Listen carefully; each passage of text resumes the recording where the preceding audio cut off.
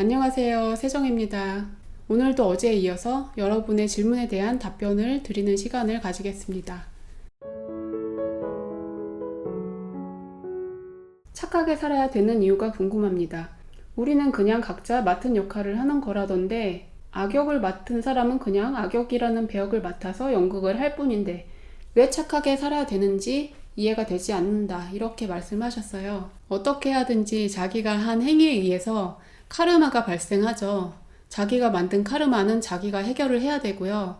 그런데 궁극적으로 왜 선하게 살아야 하느냐? 우리의 궁극적인 영의 본질이 우리 내면에 있는 참나라고 하는 신성인데, 그 신성은 순수한 빛이고 순수한 사랑, 순수한 밝음, 그런 것이에요. 우리가 완전한 참나 상태에 있다면 악한 행동을 하지 않겠죠. 우리가 이 지상에 태어나서 개체성을 가지고 살아가기 때문에 에고라는 것을 가지게 되었거든요. 이 에고를 가지고서 살아가면 우리가 악한 경험도 하게 되는 거죠. 나를 위해서 너를 괴롭히는 이런 행동들이 발생이 되는 거예요. 이 에고의 껍질들을 녹여내고 참나의 수준으로 들어가게 된다면 우리는 다른 사람들을 나와 동등하게 똑같은 의식선상에서 볼 수 있게 되기 때문에 나를 위해서 다른 사람을 해치는 행동을 하지 않겠죠. 우리의 에고를 깨치고 높은 의식상태, 예수님, 부처님 같은 의식상태에 간다는 게 정말 힘들잖아요. 하지만 우리 수준에서 어느 정도 공부를 하고 있는 것이에요. 우리가 초등학교 때 1+1은 2다 이걸 배우는데 이걸 중학교, 고등학교 때까지 배울 필요는 없잖아요. 우리가 더 많은 것을 알고 있다면 굳이 더 낮은 수준에 머무를 필요가 없는 거예요. 예를 들면 저 같은 경우는 기분이 나쁘다고 다른 사람한테 함부로 욕이나 이런 것을 하진 않아요. 저는 욕하는 것을 컨트롤할 수 있는 능력이 있어요. 그런데 제가 굳이 욕을 하고 그럴 필요는 없잖아요. 내가 이미 할 수 있는 건데 굳이 나쁜 짓을 할 필요는 없는 거예요. 레벨업이 되는 거예요. 내가 해보지 않은 악한 행동을 해보고, 그리고 그 다음 생에 고생하면서 카르마를 갚고, 그러면서 그 중에서 배워가는 것도 있어요. 하지만 이미 내가 아는 것을 굳이 다시 해볼 필요는 없다는 거예요. 우리가 환생에서 살아가는 목적은 영적인 진화를 위해서 완성을 향해서 다가가는 것인데, 그것이 아무리 수백만 년이 걸리든 어떻게 되든지 그것을 향해서 다가가는 거예요. 아무렇게나 살아도 되지 않아요? 물론 돼요. 하지만 그만큼 자기가 불편함이 있고 효율적이지가 못하는 거죠. 우리가 집안을 청소하고 정리정돈하는 이유가 뭐예요? 아무렇게나 늘어놓고 살아도 되긴 돼요. 하지만 그것 때문에 불편한 건 나라는 거죠. 내가 정리정돈할 수 있는 능력을 익힌 사람이면 굳이 오래전처럼 늘어놓고 살 필요가 없다는 거예요. 지금 내 수준에서 내가 할 수 있는 최선을 하면서 살아간다면 되는 거죠. 그렇게 살아가면서 악을 저지를 수밖에 없지만 그것은 내 수준이 그렇게밖에 안 되니까 그렇게 할 수밖에 없다는 거죠. 그래서 우리가 다른 사람을 이해할 때 그렇게 봐야 돼요. 저 사람은 왜 저렇게 악한 행동을 했을까? 저 사람은 왜 남에게 저렇게 함부로 대할까? 그건 그 사람이 그 수준밖에 안 되니까 어쩔 수 없이 그러고 살고 있는 거예요. 나라면 그렇게 안 했겠죠. 하지만 그것을 도덕적으로 비난을 할 수 있지만 영적으로 본다면 또 그게 어쩔 수 없는 측면이 있다는 거예요. 악하게 살아도 되겠죠. 하지만 그 책임은 자기가 져야지 되는 것이고, 사람들은 누구나 자기 수준에서 있는 그대로 살아가고 있는 것입니다. 이 자연이 있는 그대로 그런 것처럼 사람들의 모습도 그런 거예요. 명상이 힘들 때 다리가 저리는데 꿀팁이 없을까요? 이렇게 물어보셨어요. 명상을 할 때 가부좌를 틀으라고 하는데요. 제 생각에는 의자에 앉아도 괜찮을 것 같아요. 동양 사람들은 가부좌를 많이 트는데 서양 영성 유튜버들 보면 의자나 소파에 앉아서도 하거든요. 그냥 소파에 편하게 앉아서 무릎 담요 같은 거 이렇게 덮어놓고 이러고선 명상을 이렇게 하는 거예요. 그렇게 해도 다 되는 거죠. 아니면 다리를 앞으로 쭉 뻗는 방법도 있지 않을까요? 또 어떤 경우에는 누워서 명상을 하는 분들도 있어요. 와선이라고 하잖아요. 근데 누워서 하지 않는 이유는 두 가지가 있는데, 쉽게 잠이 들 수가 있기 때문에, 두 번째는 척추를 따라서 기운이 움직여야 된다. 그래서 척추를 항상 이렇게 일직선으로 세워야 된다 얘기를 하는 거잖아요. 저 같은 경우에는 그냥 누워서 릴렉스하고 있는 때도 많이 있어요. 다리를 꼭 이렇게 꼬지 않고도 다른 방법으로 할 수 있다면 그렇게 해서라도 명상을 하는 게 훨씬 나은 방법이겠죠. 갖고 계신 세계관이 독특하신데요. 어떤 분의 영향을 받은 것인지 아니면 철저히 스스로의 경험과 직관에 의해 이루어진 것인지 궁금해요. 제가 현실에서의 스승은 없고요. 연기에서는 가끔씩 가르쳐주는 분들이 있어요. 질문들을 많이 남겨주셨는데 여러분이 보시면 아시겠지만 제가 특별히 깨달음을 얻고 그런 사람은 아니에요. 단지 이 분야에 관심을 가지고 살아오게 된 것이고요. 제가 아는 수준의 것만을 전해드리려고 하는 거예요. 그래서 여러분이 질문하신 것 중에 제가 모르는 것들이 많이 있어요. 외계 생명체에 대해서 어떻게 생각하세요?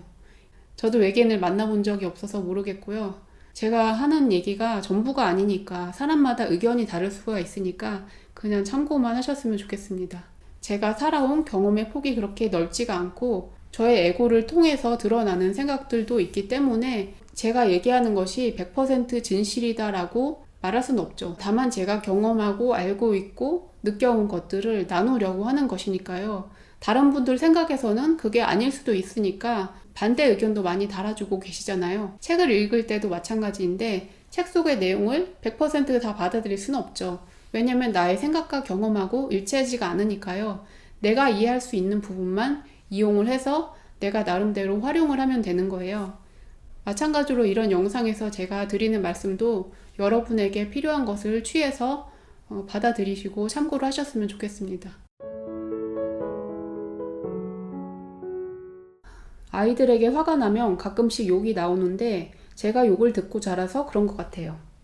깨어있기를 하면 되는데 그 상태에서 당장 안 되니 어떤 방법이 제일 좋나요? 저 같은 경우도 분노심이 꽤 있는 편이고 그게 아직 다 닦여나가지를 못했어요. 그나마 도움이 되는 것은 자기 성찰의 시간을 충분히 가지는 게 중요해요. 우리 아이들이 얼마나 소중한 존재인지를 충분히 모르기 때문에 그런 말이 나온다고 생각을 해요. 내가 얼마나 소중한 존재인지, 나의 아이들이 얼마나 소중한 존재인지, 나의 마음을 열고 나의 사랑을 느껴보면서 그 부분을 길게 명상을 해보세요. 아침에 잠에 깨서 1분이라도, 그리고 잠들기 전에 1분, 3분이라도 시간을 내셔서 그런 부분에 마음 정리를 해보세요. 우리 아이들이 얼마나 사랑스러운 아이들인지 그 부분에 대해서 깊이 들여다보세요. 아이들에게 욕을 하고 싶을 때 그 생각이 날 거예요. 제가 언젠가 꿈에서 저희 아이들이 어른이 됐을 때의 모습을 봤어요. 저희 아이들이 지금보다 더 어리고 유아기였을 때인데 그때 저의 꿈에서는 이 아이들이 어른이 돼서 저를 바라보고 엄마 하고 얘기하는 그런 모습을 제가 본 거예요. 제가 그 이미지를 생각을 하면 이 아이가 지금은 작고 어린 아이지만 내가 함부로 하면 안 되겠구나. 이 아이가 언젠가는 어른이 될 하나의 인격체이구나. 이렇게 생각을 하는 거죠. 물론 아이들이니까 하는 행동이 엄마를 화나게 할 수는 있어요. 하지만 그런 모습들을 나의 뇌리에 깊이 박아놓으면 그게 화나는 순간에 내 눈앞을 스쳐 지나간다는 거예요. 우리가 하는 행동이 무의식에서 나오는 행동이에요. 빙산의 일각이라고 하죠. 이렇게 커다란 빙산에서 수면 위에 떠오른 부분은 아주 작은 부분이죠. 그 밑에는 커다란 빙산이 가라앉아 있는 거예요. 내가 하는 작은 행동이 내가 평소에 어떤 생각을 하고 있었는가 그것을 단적으로 보여주는 거예요. 내가 욕을 듣고 자랐던 과거의 기억이 이만큼 있으니까 그것이 표출이 될 수밖에 없는 거죠. 그것을 고쳐내려면 내가 또 다른 기억을 이렇게 자라나게 만드는 수밖에 없는 거예요. 나의 안에 있는 신념을 차근차근 키워가셔야 돼요. 나의 아이들은 있는 그대로 소중하고 사랑스럽다. 이 생각을 깊이 새기는 것을 매일매일 해보세요. 그 믿음의 씨앗이 점점 자라나게 되면 그것이 나의 현실에서도 드러나게 되는 거죠. 그렇게 되면 화가 날 때 욕부터 나오는 게 아니고 아이들에 대해서 내가 먼저 이해를 해보려고 하는 마음이 나올 수가 있게 되는 거예요. 제가 이렇게 말했지만 저도 그렇게 완벽한 사람은 못 되고요. 현실 속에서는 힘든 게 사실이죠. 하지만 가능한 한 노력을 해보자는 뜻이에요. 자동차나 만년필 이런 것에도 영혼이 깃들어 있는지 궁금합니다. 제가 영혼을 불어 넣을 수 있는지도 궁금합니다. 이 사물들도 의식이 있고 저하고 의사소통을 할 수 있다는 것을 제가 알게 됐어요. 제가 10년 전에 신었던 스포츠 양말을 이렇게 꺼내 봤더니 오랜만이네요. 반갑습니다. 이렇게 인사를 하는 거예요. 그리고 집안에 먼지가 쌓였던 곳을 청소를 해주면 고맙습니다 라고 얘기하기도 하고 시원하다 그렇게 얘기를 하기도 해요. 식물하고도 의사소통을 할 수가 있는데 제가 아주 잘하지는 못하지만 조금씩은 할 수가 있어요. 식물들도 잘 돌봐주면 고맙습니다 라고 얘기를 해요. 제가 오랫동안 분갈이를 안 해줘서 영양분이 없을 때는 배가 고프다고 얘기를 해요. 제가 잎에 무늬가 있는 제라늄을 샀었는데 그 주문을 하려고 보니까 제가 사려던 빨간색이 품절이 되고 핑크색만 있는 거예요. 어쩔 수 없이 핑크색을 샀는데 두고두고 마음에 남는 거예요. 빨간색 꽃이었으면 좋았을 텐데 빨간색 보고 싶다. 이 생각을 했더니 그 핑크색 꽃 옆에서 이렇게 돌연변이 가지가 나오더니 거기서 빨간색 꽃이 핀 거예요. 그게 2014년이었나? 식물들도 제 마음을 알고 서로 원하는 대로 해주는 거예요. 사물에 있는 의식이라는 것이 그것 자체에도 의식이 있겠지만 우리 인간의 의식이 소통을 하기 때문에 거기에 의식이 생기기도 하는 거예요. 내가 어떤 대상을 바라보기 때문에 그 대상이 존재한다는 뜻이에요. 그리스 로마 신화에서 피그말리온 이야기도 있잖아요.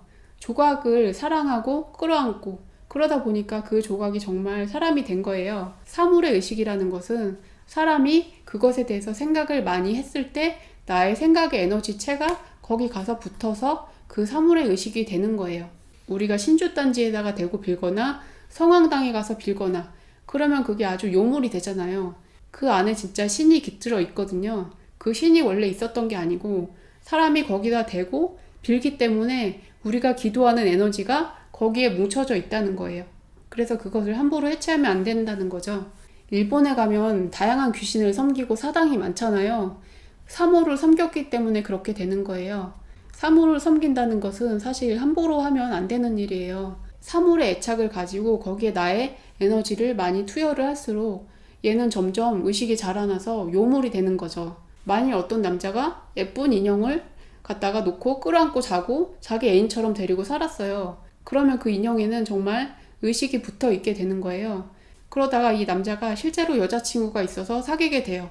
그러면 이 인형의 의식이 시기 질투를 해서 사람들의 사이에 회방을 놓을 수도 있고 안 좋은 일이 일어날 수도 있고 그렇다는 거예요. 사물을 사랑하는 것은 적당히 하는 게 좋아요.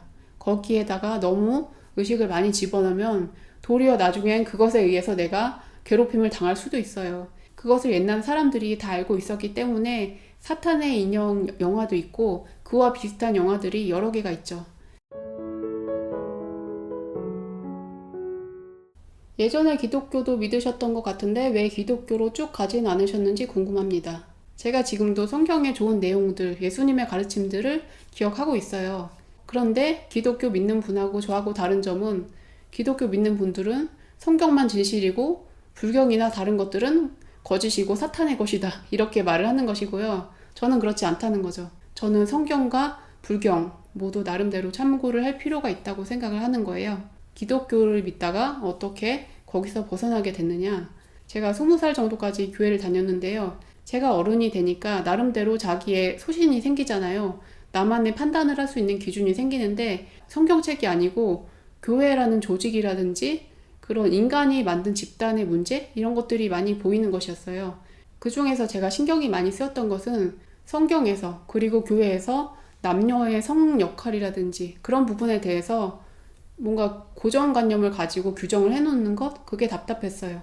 예를 들면 부부가 동등한 게 아니고 여자는 남자가 하는 말에 좀 순종을 해줘야 되고 실제로 교회 다니는 분들 중에서 그런 생각을 가진 분들이 꽤 있더라고요. 실제로 성경에도 그 말씀이 있죠. 사도 바울이 여자는 교회에서 잠잠하라 그런 얘기도 했었고요. 제가 나름대로 일탈적이고 파격적이고 그런 끼가 있거든요. 어떤 분이 뭐 똘끼라고 하셨는데 그런 똘끼가 좀 있어요. 제가 궁극적으로 추구하는 것은 정신적인 자유, 영적인 자유예요. 그래서 어떤 교리에 맞춰서 살아라. 이게 옳으니까 이렇게 살아라. 그런 것이 가장 답답한 거죠. 그것을 종교의 도그마라고 하는데 현대 기독교에서 말하는 교리라든지 교회 안에서 살아가는 사람들의 모습이라든지 교회 운영되는 모습이라든지 그런 것들이 온전히 사람의 내면의 신성에 부합하지 않는다고 생각을 했던 거죠. 세정님이 원하는 남은 삶은 어떤 모습인가요? 저는 현실적으로 새 아이의 엄마이기 때문에 현실적으로 이 가정을 잘 이끌어가는 것이 첫 번째 목표이고요. 그리고 계속해서 저의 마음의 수양을 위해서 노력을 해야겠고요. 제가 가진 것들을 조금 나눠주는 이런 삶을 계속 살아가고 싶습니다. 그리고 솔직하게 제가 가장 바라는 것은 시골에 가서 작은 집에서 소박하게 살고 조그맣게 농사도 짓고 자급자족을 하면서 살고 싶어요. 아나스타시아라는 책을 읽어보시면 아실 텐데 거기 가원이라는 것의 모델이 나오거든요. 일정 규모의 땅에다가 자기가 먹을 과일나무 이런 것도 심어놓고 채소도 키우고 곡식도 키우고 조금 자기 먹을 것을 키워서 자급자족을 하는 거예요. 농사를 지으려면 사실 힘이 많이 들잖아요. 그리고 돈도 들어요. 비료값, 농약값 막 이런 거 드는데 제가 하고 싶은 것은 자연 농법으로 농사를 짓고 싶은 거죠. 비료, 농약 이런 거 쓰지 않고 땅을 갈지도 않고 풀을 그냥 활용을 하면서 농사를 짓는 거예요. 자연농법이라는 것이 일본에서 많이 연구가 돼서 책들이 여러 가지가 있잖아요. 국내에서도 그런 비슷한 농법을 하는 분들이 계시거든요. 제가 어렸을 때 부모님이 꽃농사를 지으셨어요. 꽃농사도 짓고 옆에다가 채소도 키워 먹고 이랬는데 시골로 가고 싶어도 지금은 워낙 도시화가 다 되어 있어서 시골에 사람이 없고 아이들 키울 수도 없고 그렇잖아요. 그래서 어쩔 수 없이 지금은 도시에 살고 있는데 언제가 될지는 모르지만 가긴 갈 거예요. 지금 제가 매일매일 먹고 싶은 게 어렸을 때 어머니가 캐서 해주시던 나물들이에요. 특히 쓴바기, 고들빼기 이런 거 진짜 먹고 싶은데 먹을 수가 없어요. 저기 공원에 나가면 캐올 수는 있는데 함부로 캐가면 안 되잖아요. 시골에 가서 농사 조금 짓고 잡초도 많이 뜯어먹고 이렇게 살고 싶어요. 오늘은 여기까지 하고 다음에 다른 주제로 찾아뵙겠습니다. 오늘도 좋은 하루 보내세요.